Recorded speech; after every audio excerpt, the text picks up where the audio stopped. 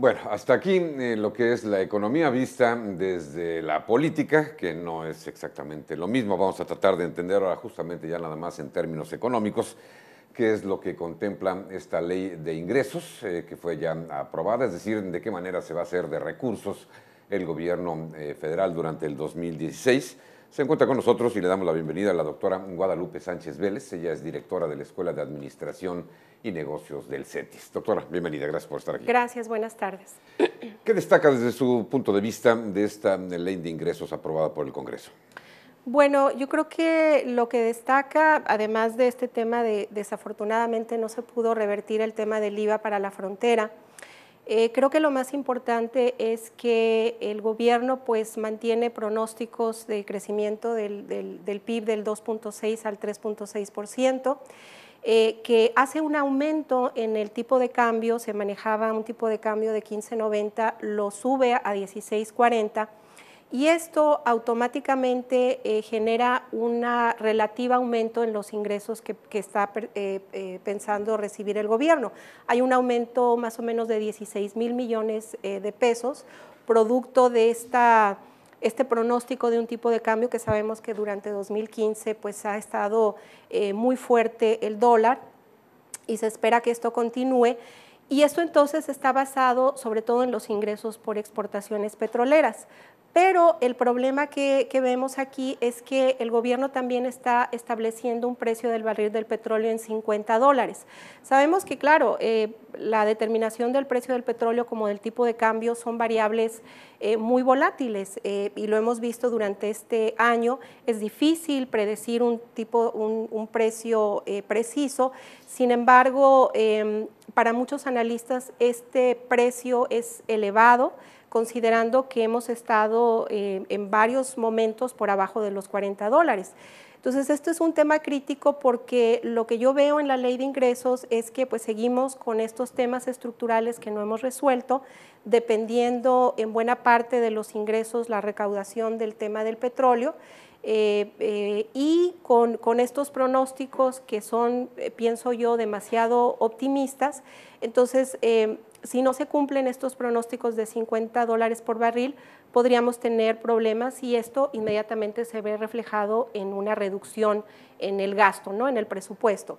Ahora, el gobierno desde hace varios años maneja lo que son las coberturas petroleras. Se supone que es una especie de seguro que se activa cuando durante cierto periodo el precio del petróleo baja de un precio estipulado. Entonces también nos han manejado que hemos estado protegidos, pero lo que no nos dicen es que estas coberturas, por ejemplo, realmente han protegido algo así como el 25% de la producción total de petróleo.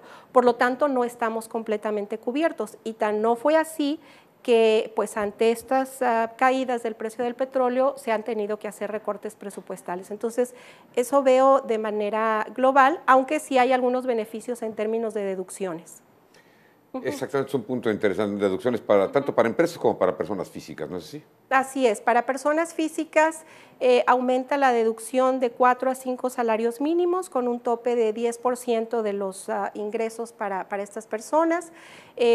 También para las empresas aumenta lo que son las deducciones en equipo de transporte utilitario a 175,000 pesos, se puede deducir.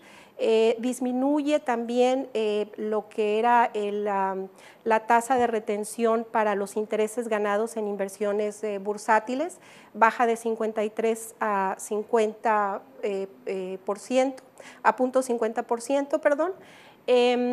Y también en cuanto a inversiones, aumenta inversiones productivas de 50 a 100 millones de pesos. Entonces, sí hay algunas deducciones importantes, tanto para personas físicas como para personas morales. Sin embargo, ya el sector empresarial pues, ha comentado que se quedan cortas. Lo que idealmente querríamos es una ley de ingresos que realmente fomente la inversión, que realmente incentive que las empresas se arriesguen, apuesten. Por ejemplo, no se vio mucho en el tema social, que es una parte muy importante, ¿no? En la medida en que se beneficia a empresas que utilizan energías renovables, por ejemplo, o que incorporan en sus puestos de trabajo a personas con alguna discapacidad. O sea, estos elementos de inclusión social y de productividad serían también interesantes y no se dieron como se esperaba.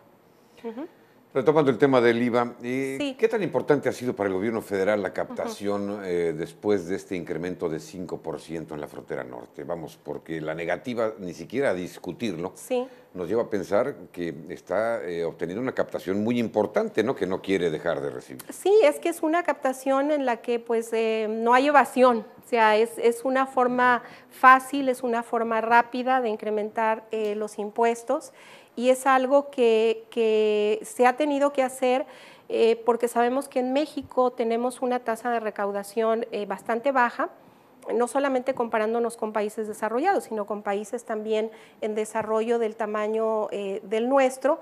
Y aquí tenemos dos grandes temas, que es por un lado pues toda la población informal, que está en el empleo informal y que no se ha logrado incorporar y pues no está pagando impuestos. Y por otro lado tenemos a los corporativos, a las grandes empresas que, bueno, pues tienen la capacidad económica y utilizan estrategias fiscales muy sofisticadas para tratar de no pagar tantos impuestos. Entonces seguimos teniendo estos contribuyentes de los empleados que reciben sus salarios, de las pequeñas y medianas empresas, de los ingresos, por supuesto, de petróleo, y seguimos con estos temas pendientes porque realmente la recaudación debe ser equitativa y el gasto, además de que debe ser equitativa, debe de no solamente cumplir con la función de generar ingresos para el gobierno, sino de ser una fuente que permita, que incentive la inversión productiva, que realmente incentive que los empresarios se arriesguen, que inviertan y que esto se vea recompensado.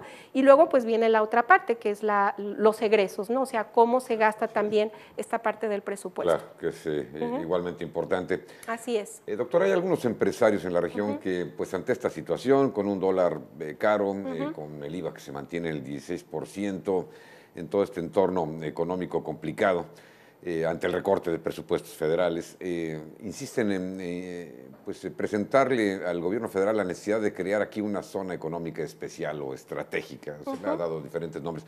¿Lo considera usted una buena idea? ¿Es una salida para la región? Bueno, el tema es que indudablemente la frontera tiene características especiales.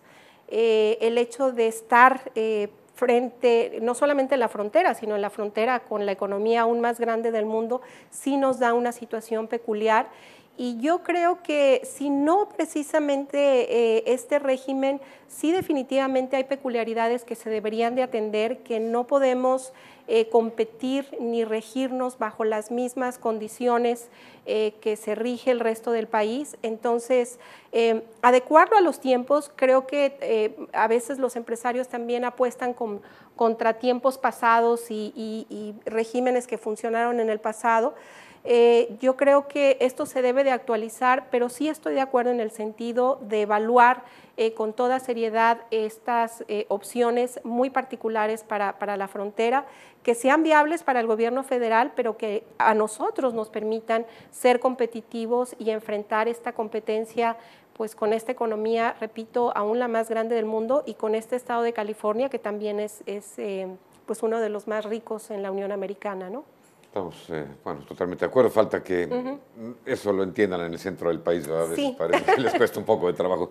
Doctora, muy interesante, le agradezco mucho lo que nos explica. No hay Creo por que qué. lo hace con la claridad suficiente para que los no especialistas o no conocedores de la economía podamos entender qué es lo que está ocurriendo. Le agradezco mucho No hay los de qué. minutos que nos regala aquí.